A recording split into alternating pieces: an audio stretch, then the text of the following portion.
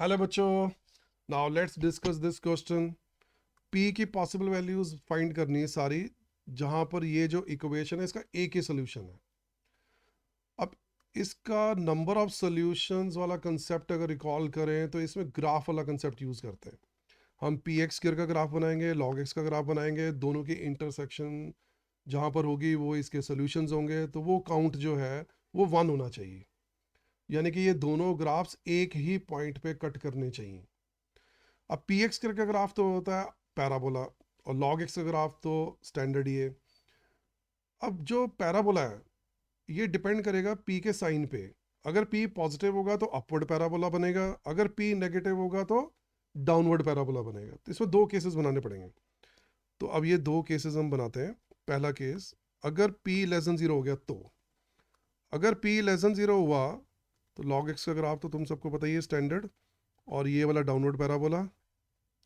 तो इसमें एक ही पॉइंट ऑफ इंटरसेक्शन आने वाला है, जो कि हमें वन सोल्यूशन के लिए ही सॉल्व करना है इस इक्वेशन को। तो ये तो हमारा आ गया, यानी कि पी लेस देन जीरो सारे एडमिसिबल्स हैं, सारे एक्सेप्टेबल है। अगर पी लेस देन जीरो हो गया तो हमेशा एक ही सोल्यूशन आने वाला है, तो ये हमारा एक्सेप्टेबल केस हो गया। दूसरा, अगर पी जीरो हो गया तो उस केस में लॉग एक्स जीरो हो जाएगा और एक्स इक्वल टू ई की पास जीरो वन। तो ये भी एक सोल्यूशन आ गया इसका जो इसे सेटिस्फाई करता है, एक्स इक्वल टू वन। तो पी इक्वल टू जीरो भी इसका एडमिसिबल केस है।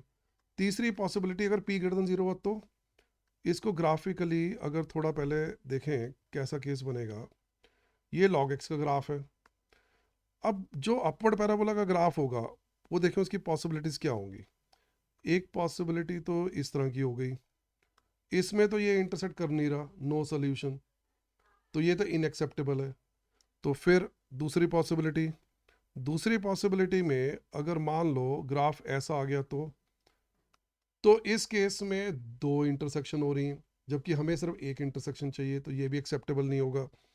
तो एक्सेप्टेबल केस कौन सा फिर होगा, अगर मैं ये वाला ग्राफ बनाऊं जो इसे टच कर रहा होगा एक ही पॉइंट पे, तो ये हमारा केस जो है एडमिसिबल है, ये एक्सेप्टेबल केस है जिसमें एक सोल्यूशन आ रहा है। तो ये वाला केस हमें सॉल्व करना पड़ेगा, ये किस एक्स के लिए या उसके बाद किस पी के लिए ये ऐसा होगा।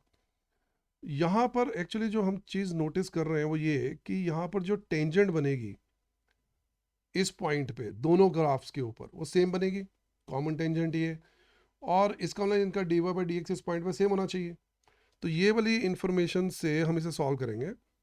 तो दोनों का D Y by D X two P X हो गया, लेफ्ट हैंड साइड वाले फंक्शन का डेरिवेटिव पैराबोला का, और लॉग एक्स का डेरिवेटिव होगा वन बाई एक्स, दोनों डेरिवेटिव सेम होने चाहिए। तो यहाँ से एक रिलेशन आ गया two P X square equal to one. अब मुझे p चाहिए, तो x को एलिमिनेट करते हैं। तो ऐसा करते हैं, ये जो x स्क्र की वैल्यू है वन बाई टू पी इस इक्वेशन में डाल देते हैं, इससे मुझे x के बारे में पता चल जाएगा। तो log x equal to one half आ गया, x इक्वल टू ई की पावर वन हाफ हो गया। अब p हमारा क्या है, one by to x square. अच्छा, x की जगह e की पावर वन हाफ डाल दूं तो ये बन गया e, तो p की वैल्यू आ गई वन बाई टू ई। तो एक वैल्यू और आ गई p की वन बाई टू ई, जहां पर ये एक ही सोल्यूशन देगा, दोनों ग्राफ टच कर रहे हैं।